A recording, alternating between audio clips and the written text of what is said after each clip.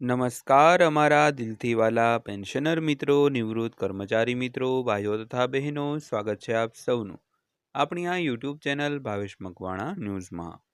તો પેન્શનર મિત્રો, આજના વિડીયોની અંદર આપણે વાત કરીશું 2002થી 2022 વચ્ચે નિવૃત્તિ પામેલ પેન્શનરોને આવતા મહિના એટલે કે સપ્ટેમ્બર મહિનાથી મળશે આટલું વધારાનું એટલે કે એક્સ્ટ્રા પેન્શન।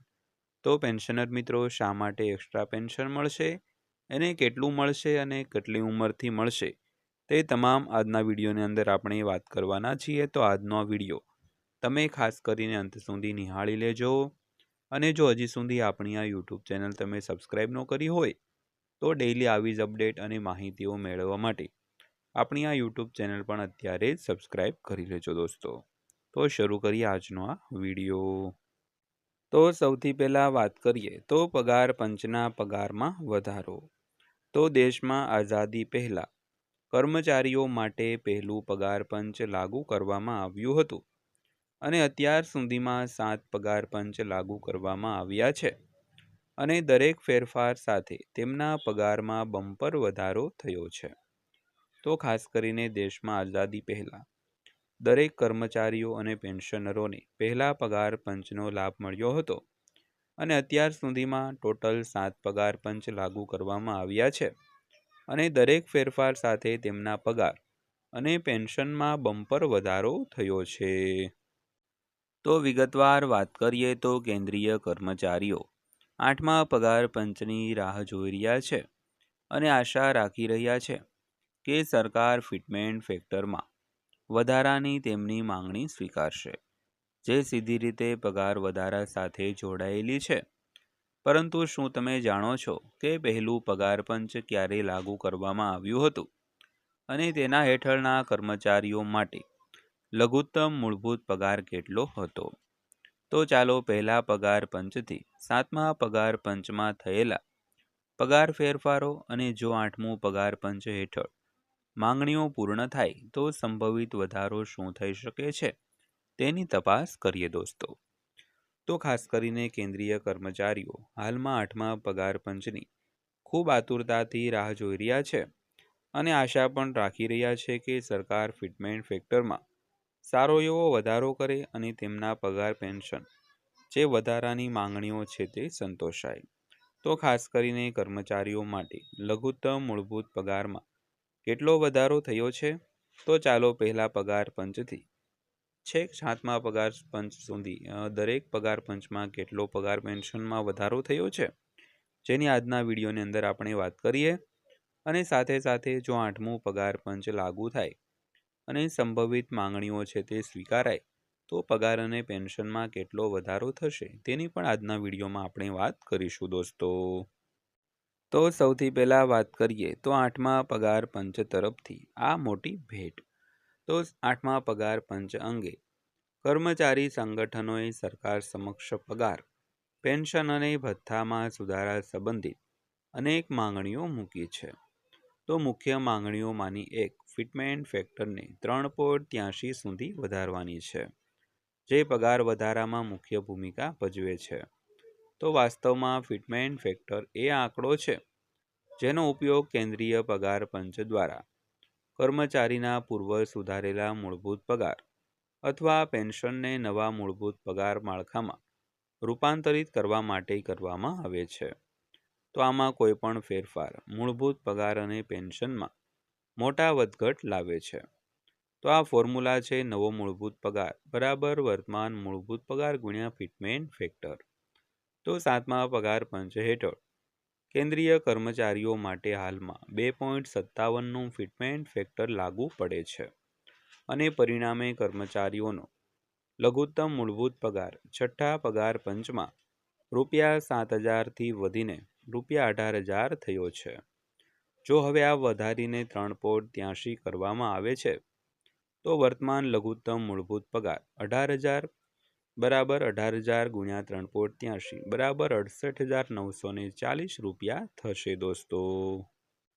તો હવે કેન્દ્રીય કર્મચારીઓ 8મા પગાર પંચની રાહ જોઈ રહ્યા છે, પરંતુ ચાલો પહેલા પગાર પંચથી અત્યાર સુધી લાગુ કરાયેલ પગાર પંચોમાં મૂળભૂત પગાર માળખામાં થયેલા ફેરફારો પર એક નજર કરીએ દોસ્તો.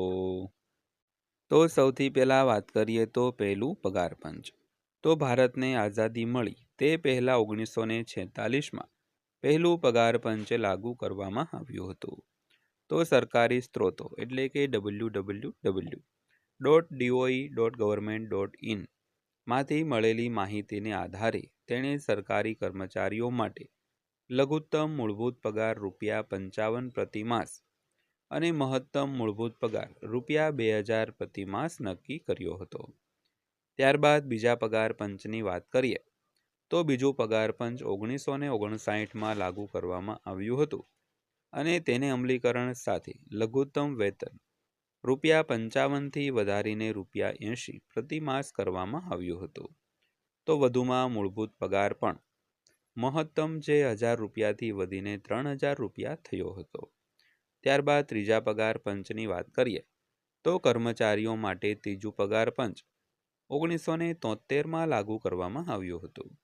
તો તેના અમલીકરણ સાથે કર્મચારીઓનો લઘુત્તમ મૂળભૂત પગાર વધીને ₹196 પ્રતિ માસ થયો, જ્યારે મહત્તમ મૂળભૂત પગાર ફરીથી વધારીને ₹3500 કરવામાં આવ્યો હતો. તો ત્યારબાદ વાત કરીએ તો ચોથું પગાર પંચ.